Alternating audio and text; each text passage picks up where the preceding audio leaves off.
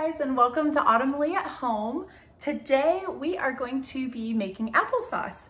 My family got the opportunity to go to an apple festival this weekend, and so I was able to get a bunch of apples, and we enjoyed the time at the apple festival, and we were able to buy the apples locally from local farmers, which is always really exciting. So now I need to do something with the apples so that they don't go bad, because we're of course love eating fresh apples, but I got a lot. So I got two, I think it's half pecks.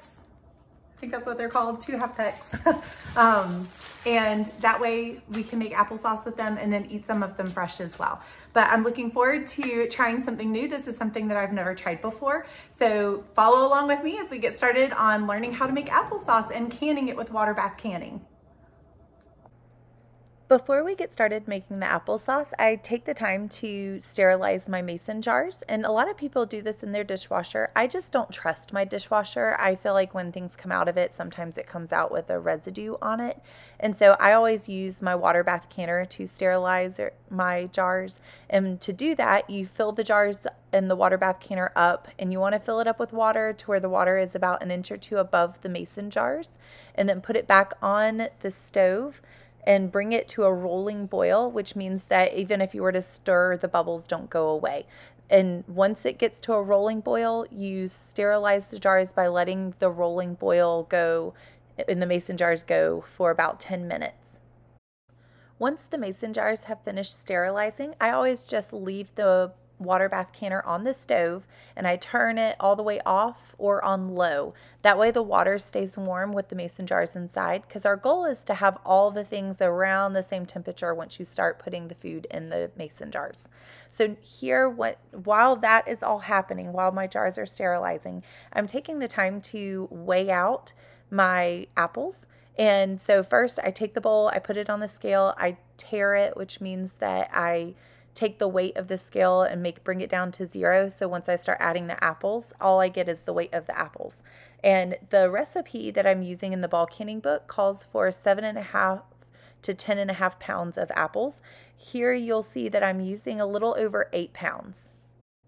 After weighing the apples, I take the time to wash them. I just want to make sure I get any dirt or anything else that might be on the skins of the apples off. So you want to take the time to wash them pretty well and rinse them off.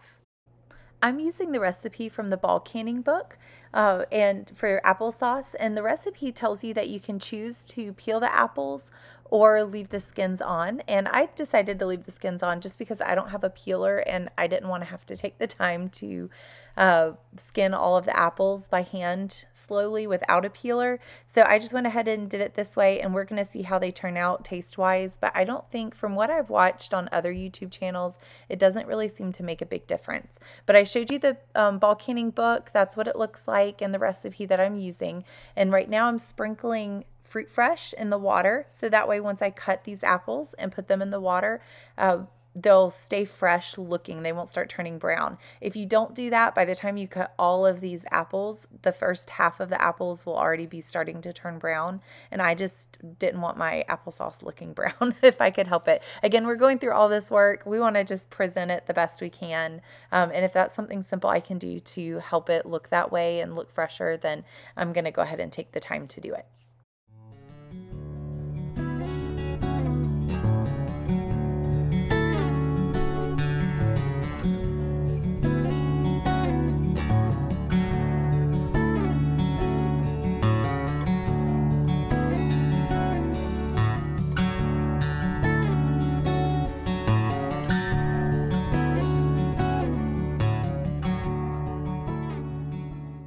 Once I finished cutting all of the apples, I drained the water in the fruit fresh off and kind of rinsed the apples off and then drained them again. Now I'm just putting them in the pot that I'm going to be boiling, bringing them up to a boil in. The water in the bowl with the apples and the fruit fresh, that's not a required step. That's just something to, again, make the apples look more fresh once you start pureeing them. They don't have that brown color. I added a little bit over 1 cup of water. The recipe calls for 1 to 1.5 cups of water at the bottom of the apples. That way, when they start boiling, you can mix it up, and the apples tend to be pretty soft and kind of become liquidy themselves that just adds to the water. You just want to make sure that you're stirring every once in a while to keep them from burning and sticking, which again, I struggled with the peaches. I think I let them burn a little too much when I canned peaches in a recent video. So I was very on top of making sure that these did not boil. But I added about a little over a cup of water and then placed them on the stove and brought the apples up to a boil, stirring frequently. And you can add the lid on. That helps them steam up and become soft faster. Once the apples are soft and you can easily slice through them, I took this mixer and pureed the apples until it was the consistency in which I liked applesauce to be. If you like chunky, again, that was kind of a preference in the bulk canning book, is depending on how you like them, you just cut them and puree them to how you like them. I don't like mine chunky. I like mine nice and smooth, so that's how much I pureed mine. And then here I'm adding the sugar, and the recipe for the sugar calls for 1 3/4 cup to 2.5 cups of sugar. I added just a little over a cup. I didn't want to over add sugar just because I tasted the apple puree mixture and it was already very sweet. But this is my first time making applesauce, so I wanted my kids to like it. And then as time goes on, the next time I make it, I can use less sugar. And the next time I make it, I can use even less sugar after that. And slowly kind of get them into used to eating this applesauce.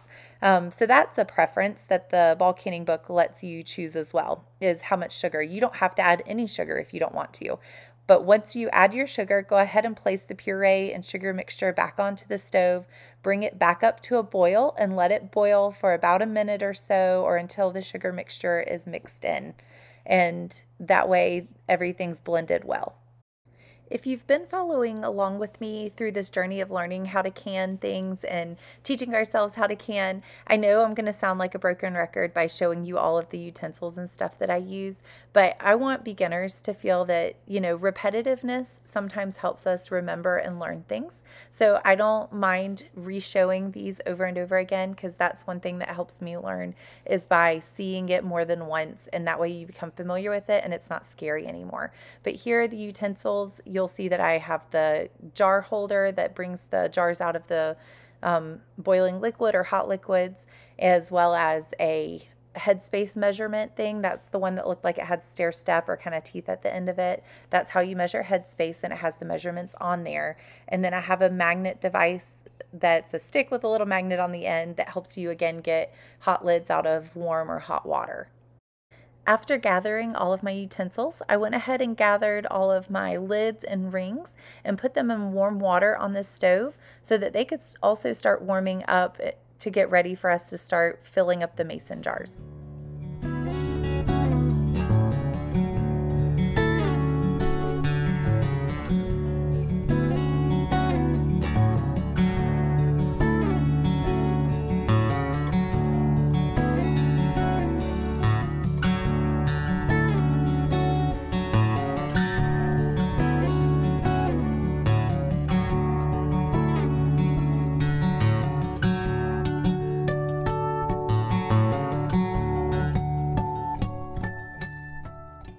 It is finally time for us to fill up our mason jars, and I'm just going to get started with keeping in mind that I need to leave a 1/2 inch headspace.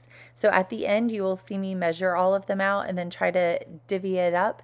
Sometimes you have an awkward amount left over, and when that happens, I usually either freeze it or put it in the refrigerator for eating right away. But this time it worked out to where I was able to get a good number of mason jars filled up, pint-sized jars. That's the size that I'm using right now, is pint size. And I was able to get a good number of them filled up, and it all evened out pretty well to a 1/2 inch headspace. When I first started learning how to can and teaching myself, reading the book was so overwhelming, and I'm much more of a visual learner. So I think that's why I'm so grateful for places like YouTube, that I can learn how to do things and be taught how to do it visually versus, and kinesthetically as well, hands-on learning. I just don't learn very well trying to read or having somebody even tell me over the phone or tell me how to do stuff. I learn much better being able to see how it's done. And so it's really nice having YouTube to you know, share with each other. And that's what I'm hoping to help others with as well, is being able to share with you guys my journey on how teaching to myself how to can, as well as using the book as a reference and a guide on how to do it correctly. So feel free to ask any questions if you guys are unsure of how to do anything. I'm happy to help.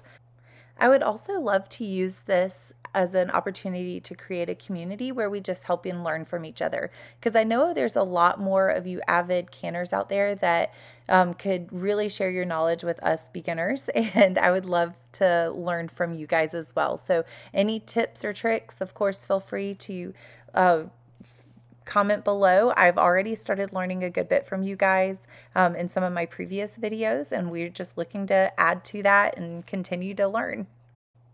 Once your mason jars are filled with applesauce and you have 1/2 inch headspace, you want to take distilled white vinegar and rub the rims of the mason jars.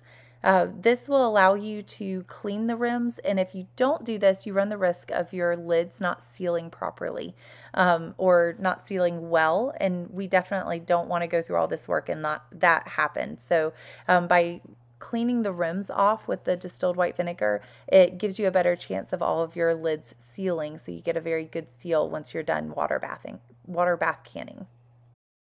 Now that I've cleaned the rims off, I'm taking the lids and I'm using the stick with a magnet on it because the water that I'm taking the lids out of is pretty warm. I don't want the lids and rings to go to a boil or anything. I literally just want to bring them up to where they're a little bit warm. But I think I got the water a little warmer than I typically do this time, so I'm thankful for the stick with a magnet on it. And if that has a specific name, I'm sorry, I don't know it, but it comes in handy when you're trying to get the lids out of warm water. So also be careful when you're putting the lids on and the rings on, because the mason jars are warm, so you don't want to burn your hands. And you want to put the lids on and the rings on finger tight. So once the lids go on, then you put the rings on, and you want to tighten them to where they're finger tight. So you don't want to crank them as hard as possible. Just take them and twist them until you meet resistance, and that's good enough. And maybe just a smidge more than that. So now I'm taking the mason jars, I put them in the water. The water is already warm because it's the same water I've been having sitting on the stove for a little while and keeping it warm. And I put them back in, and now it's time to water bath can them. So once you have the mason jars in the water bath canner, you want to bring the water up to a rolling boil, which is what you just saw.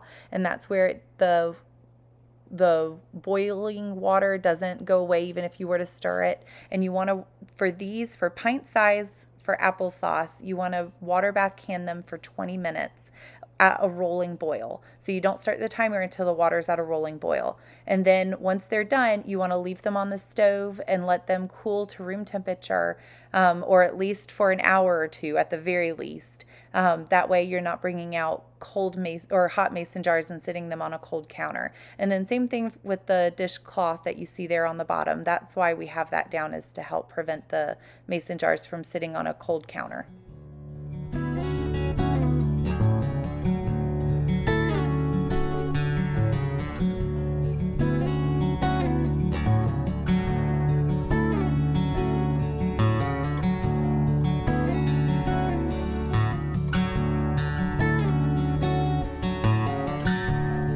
All right, it's the end of the day and we are done. Here's the applesauce right there. It is cooling and I got it out of the water bath canner. I've already been hearing the ping sound, and I'm gonna make a short with it as well. So if you wanna know what the ping sound sounds like, you can head over and watch the short for the applesauce too. I appreciate you guys joining me. Give yourself grace, learn one thing at a time. If you're brand new to water bath canning, I would say applesauce is the way to go. It was definitely a lot easier than I expected it to be, and it's something that I think that would be a good starter point if you're learning how to water bath can or can in general. Please feel free to ask any questions below. If you liked this video, please like, subscribe, and share. I appreciate you guys joining me, and I will see you guys next time.